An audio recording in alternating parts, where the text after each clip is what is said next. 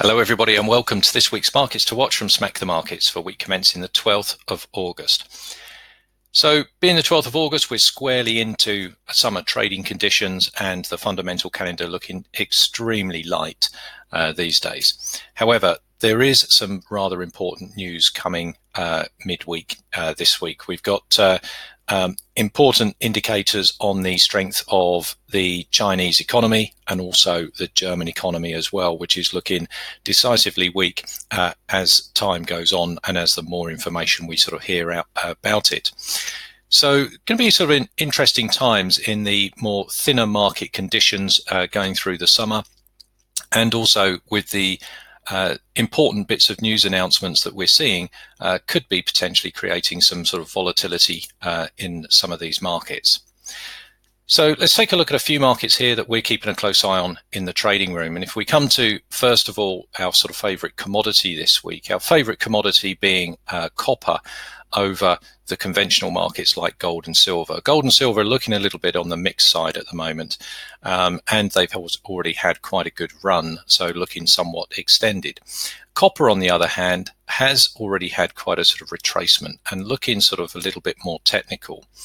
So if we take a look at this on the weekly chart, you can see that copper has had a nice solid move underneath the 26,300 price point here. That's an area that's been support for quite some time. Now we've had a little bit of a retracement back up towards it. And more importantly, there looks to be, well, not a lot of potential sort of support in the way to the short side. We've probably got a bit of support up here around sort of 2,500. Then possibly down here towards sort of 2,300. So plenty of distance to the short side. If we come and take a look at this on the daily chart, you can see that the market has pulled up back to the moving averages, back into 26, just above that 2,600 here, and an area here where the market sort of found previous support here a number of times.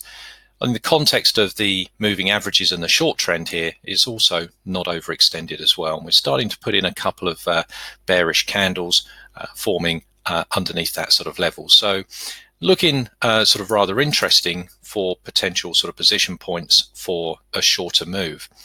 If you come down to the mid-time frames, we can see that if we take a look at this on the 4-hour chart, for example, we can see that the market here has tried to hold higher prices up here to 26,100 on 3 occasions and failed to hold above there. It's just completely rejected every time the market's tried to move higher. So indications here that price is exhausting on the upside, and we could start to see a continuation of those higher time frame macro picture trends to the short side. If that's in place and that's on the cards, we've got a fairly decent sized move to the short side as this trend continues, where we can start to look for opportunities.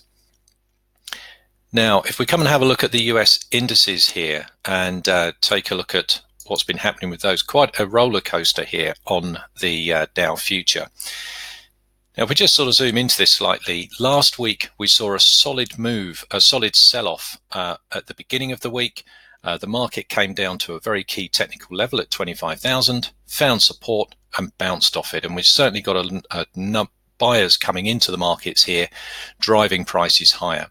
Now, this brought price up to and just above that 26,200 level, which is a very sort of significant price point that we'd seen price react around before. And we've had many trading opportunities around that price point. Now the market's sort of softening off a little bit, not really surprising after a solid move last week. And, as long as this sort of market finds support at sort of some point before it gets down to these sort of lows, we could start to see and look for opportunities to drive this market back up towards that 27,000. Of course, if price gets underneath 25,000, if it takes out these lows, then it's a different ball game, and the market would look for a sort of protracted retracement and a longer term short trend forming here in these US indices.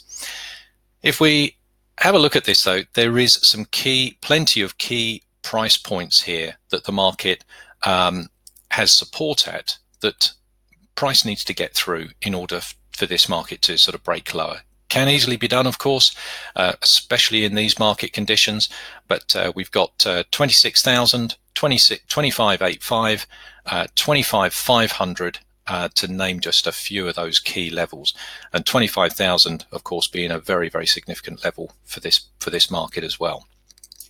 So very much intraday opportunities for us on the US indices, but we've got some very well structured sort of price points there to look for opportunities in between. Now, if we come and take a look at currency markets, I think one of the more interesting ones at the moment here being the euro.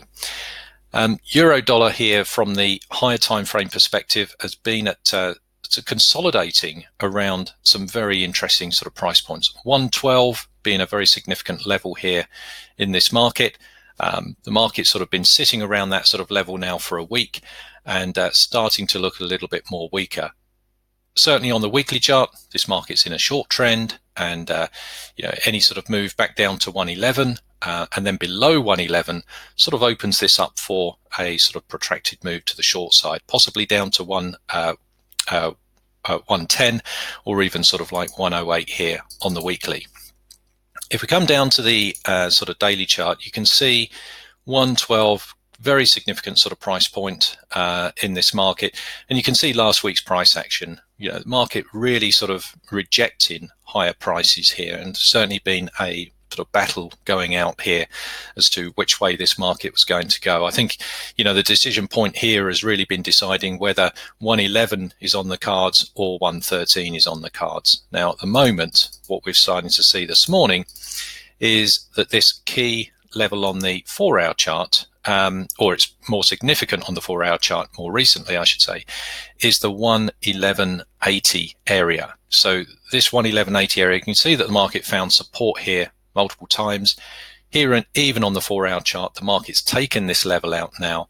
We've got convergence to the short side, and we've got lower highs here forming as well. So looking here for weakness in the euro, and if we can get a run down there towards 111, and there's plenty of distance there for intraday opportunities, looking at pullbacks for that, targeting that sort of price point, and then even below 111 we could be seeing a longer move and a longer time frame move to the short side.